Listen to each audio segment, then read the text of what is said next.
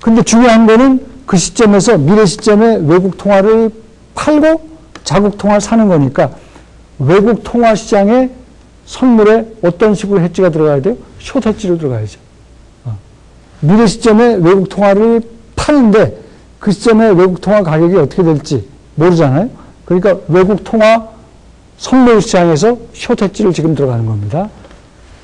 그러니까 이 경우는 지금 숏 해지의 예입니다. 그러니까 숏이나 롱 해지는 뭐 기본 원칙은 똑같아요.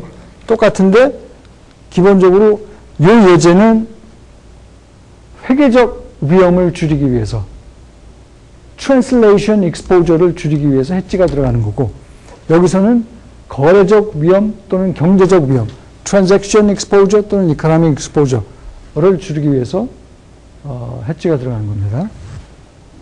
이런 것들도 이제 여러분들이 이게 사실 다 국제 재무의 타픽이에요. 그런데 여기서는 속된 말로 그냥 맛배기만 보여주는 겁니다. 우리가 통화 선물을 하니까 이 통화 선물이 어떻게 활용되느냐. 스페큘레이션에서도 활용이 되지만 해지 목적으로 사용이 된다. 해지 목적으로 사용될 때는 이렇게 거래적 위험을 줄이기 위해서 사용되고 또는 회계적 위험을 줄이기 위해서 사용된다 하는 예제를 지금 보여드린 겁니다. 이런 걸로 뭐 조금 과장해서 얘기하면 한 학기 동안 국제재무에서 조금 전에 말씀드렸던 그 국제재무 이론들 있잖아요. 이자율 평가 이론 또는 무슨 구매력 평가 이론 해가지고 그런 이론 설명하면서 이런 조금 전에 설명했던 그런 예제를 통해서 한 학기 과목으로 설명하는 겁니다. 그 다음에 통화 선물 시장이 얼마나 효율적이냐. 이게 이제 초기의 연구인데요. 초기 그 연구에 의하면 결론은 통화 선물 시장이 굉장히 효율적이다 하는 결론을 얻었어요. 그래서 이 사람의 그 뭐 연구 방법까지 사실 여러분들이 알 필요는 없는데 조금 전에 이제 그 이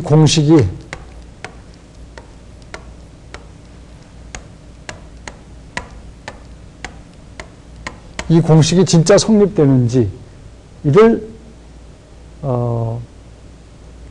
현실에서 이제 실증 분석을 한 건데 현실에서 진짜 성립이 되는지를 알려면은 통상 거래 비용도 있고 그러니까 이렇게 정확하게 등식으로 안 떨어집니다.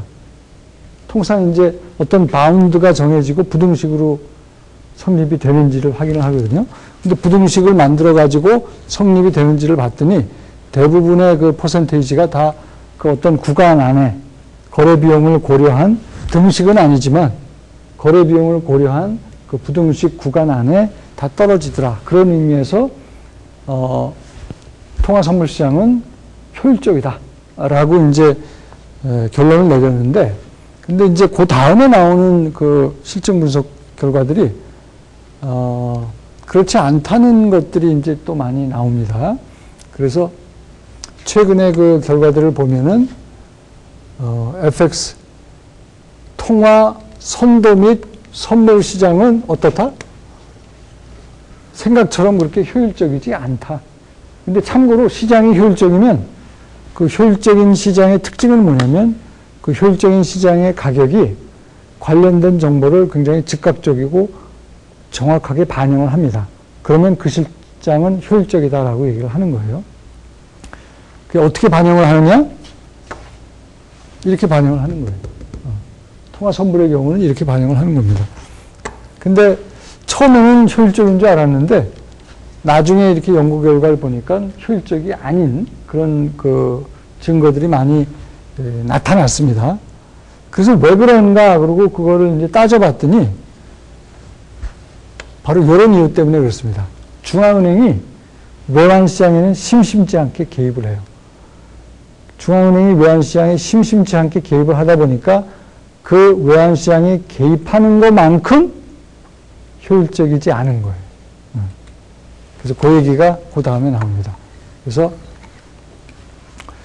그 잠정적인 설명이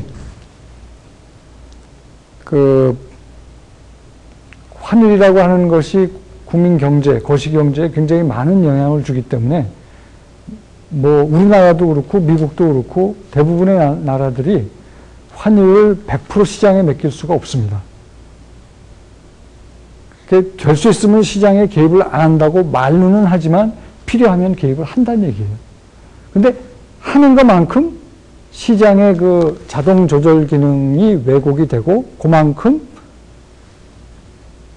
통화선물, 통화선도 시장은 효율적이지 않게 된다 하는 얘기가 여기 나오는 얘기입니다. 그래서 이거를 그 개입하는 것만큼 잘 활용을 하면 투기적인 목적으로 잘 활용을 하면 그만큼 이익을 챙길 수는 있으나 이 savvy speculator는 아주 지혜롭게 현명하게 뭐 그 정보도 외환시장에 개입을 한다는 정보도 미리 알면 그걸 가지고 미리 자기가 그 매매를 해가지고 이익을 챙길 수가 있겠죠. 그렇지만 그런 기회가 그렇게 뭐 자주 있는 것도 아니고 그렇게 뭐 큰 돈을 벌 수 있을 것만큼 정부가 그렇게 미련하게 개입을 하는 것도 아니고 그래서 실제로 그 통화 선물 및 통화 선도 시장이 100% 효율적인 건 아니지만 왜? 중앙은행이 개입을 하기 때문에 따라서 여러분들이 잘만 하면은 거기서 돈 벌 수 있는 여지는 있지만 그게 만만치는 않다 하는 게 결론입니다. 아시겠죠? 오늘은 여기까지 해가지고 통화선물 시장 마무리를 하겠습니다. 다음 주부터는 옵션에 대한 얘기를 합니다.